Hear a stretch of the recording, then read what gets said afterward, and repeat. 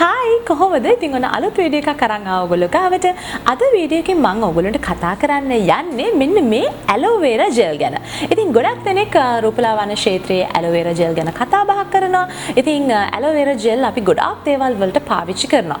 හැබැයි ගොඩක් දෙනෙක් මෙන්න මේ ඇලෝ වේරා ජෙල් එක හරියාකාරව පාවිච්චි කරන්න පුළුවන් විවිධ ක්‍රම ගැන දන්නේ නැහැ. උදාහරණයක් විදිහට කිව්වොත් මේ දවස්වල කොරෝනා වෛරස් එක හැමතැනම තියෙනවා. ඉතින් මේ කොරෝනා වෛරස් එකෙන් අපිට ගැලවෙන්න කරන්න තියෙන හොඳම දේ ඇවිල්ලා hand sanitizer පාවිච්චි කරන එක.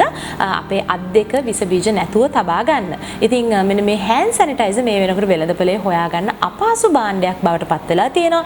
ඉතින් ඔයගොල්ලන්ට ගෙදරදිම වුණත් hand sanitizer එකක් පවා හදා ගන්න පුළුවන් මෙන්න මේ aloe vera gel එක පාවිච්චි කරලා. එහෙනම් අපි ගිහිල්ලා බලමු මොනවද මේ විස්තර කියලා.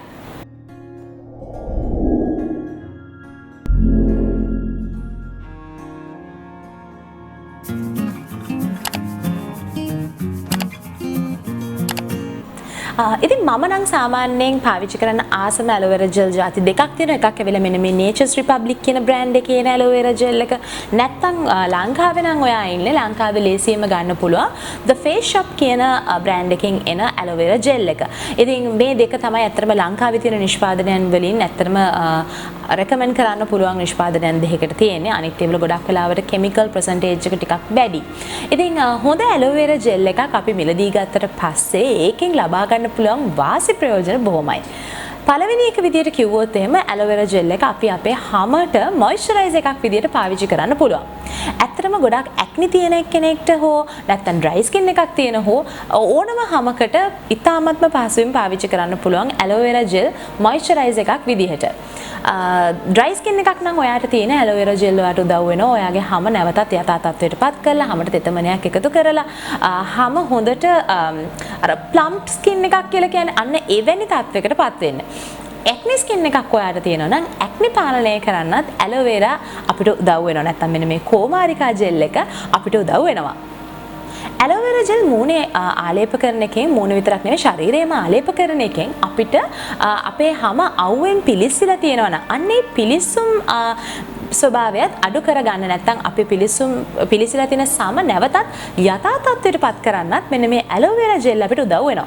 ඉතින් අනිවාර්යෙන් එහෙනම් අවුවට ගිහිල්ලා ආවට පස්සේ අනිවාර්යෙන් ගෙදර ආවට පස්සේ ඇඟ සෝදලා ඉවර වුණ හැටි මුළු ශරීරයේම ඇලෝ වෙරා ජෙල් ආලේප කරනවා නම් ඔයාට පුළුවන් ඉක්මනින්ම අවුවට පිලිස්සුණු සම නැවතත් යථා තත්ත්වයටපත් කරගන්න. විශේෂයෙන්ම පූල් එකකට ගිහිල්ලා ආවම එහෙම ගොඩක් දෙනෙට තියෙන ප්‍රශ්නයක් නේ මෙන්න මේ හම අඳුරු වෙලා හම පිලිසිලා තියෙන එක.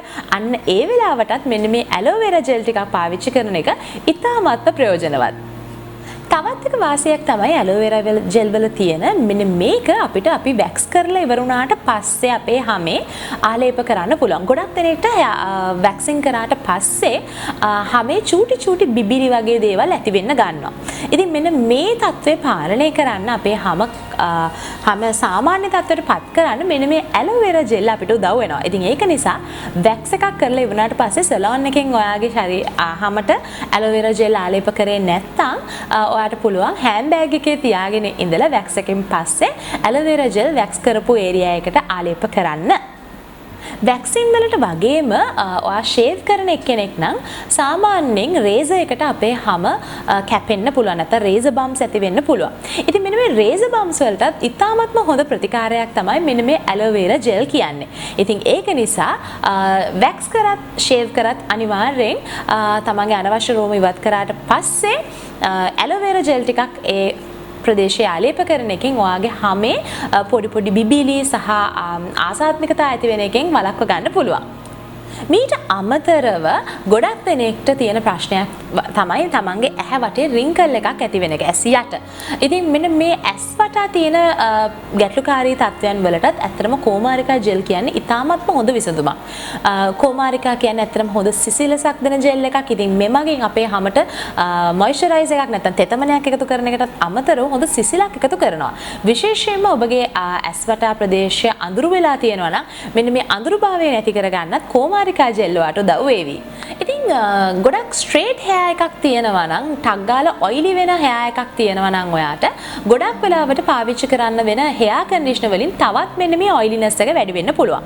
ඉතින් ඔයාට පුළුවන් නාලා ඉවර වුණාට පස්සේ මෙන්න මේ aloe vera gel ටිකක් අරගෙන conditioner එකක් විදියට තමන්ගේ හිස කෙස් වලට ආලේප කරන්න. මේක කිසිම oiliness එකක් ඔයාගේ කොණ්ඩෙට එකතු කරන්නේ නැහැ. එමගින් ඔයාට ඔයාගේ කොණ්ඩේ ලස්සනට oily වෙන්නේ නැතුව තියාගන්න පුළුවන්. ඒ කියන්නේ conditioner එකක් විදිහටත් මෙන්න මේ aloe vera gel එක පාවිච්චි කරන්න පුළුවන්.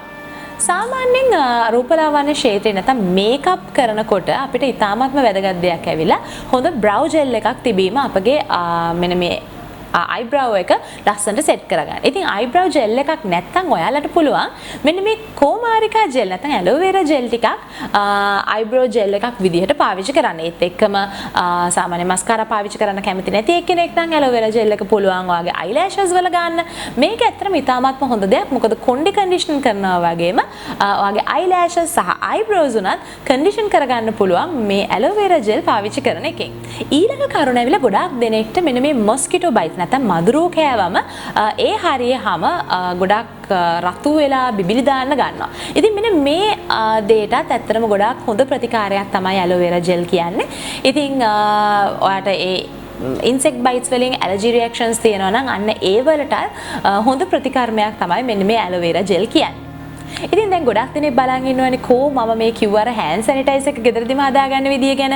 ඉතාමත්ම පහසුයි. කරන්න තියෙන්නේ ඔයගොල්ලන්ට ලේසියෙන් මේ දවස්වල හොයාගන්න පුළුවන් ෆාමසි වල තියෙනවා surgical spirit 4න් 3කට 4න් එකක් කොමාරිකා ජෙල් එක එකතු කරන්න. මේ දෙක හොඳින් මිශ්‍ර කරලා මේකට ඔයගොල්ලන්ට සුවදවත් කරන්න ඕන ඕනම essential oil එකක් පාවිච්චි කරන්න පුළුවන්. tea tree essential oil හරි lemon essential oil හරි මේ වගේ ඕනම essential oil එකක් එකතු කරන්න පුළුවන්. එහෙමත් නැත්නම් ඔයාලට මේකට alcohol තියෙන baby lotion එකක් නැත්නම් baby cologne එකක් එකතු කරන්න පුළුවන්. ඉතින් මේක ඔයගොල්ලන්ට හොඳට mix කරලා ඔයගොල්ලන්ට කැමති bottle එකකට දාලා මේක ඔයගොල්ලන්ට hand sanitizer එකක් විදිහට පාවිච්චි කරන්නත් පුළුවන්. ඉතින් එහෙනම් මම හිතනවා ඔයගොල්ලෝ මේ වීඩියෝ එක ආසාවෙන් බලන්න ඇති කියලා ඒත් එක්කම අලුත් දෙයක් ඉගෙන ගන්න ඇති කියලාත් හිතනවා. අලුත් වීඩියෝ එකකින් ඉක්මනටම හම්බෙමු. ඉතින් අමතක කරන්න එපා channel එක subscribe කරන්න ඒත් එක්කම පල්ලෙහා තියෙන comment box එකේ comment කරන්න තව කොයි වගේ වීඩියෝස්ද ඔයගොල්ලෝ බලන්න කැමති කියලා. එහෙනම් අලුත් වීඩියෝ එකකින් ඉක්මනටම හම්බෙමු. bye.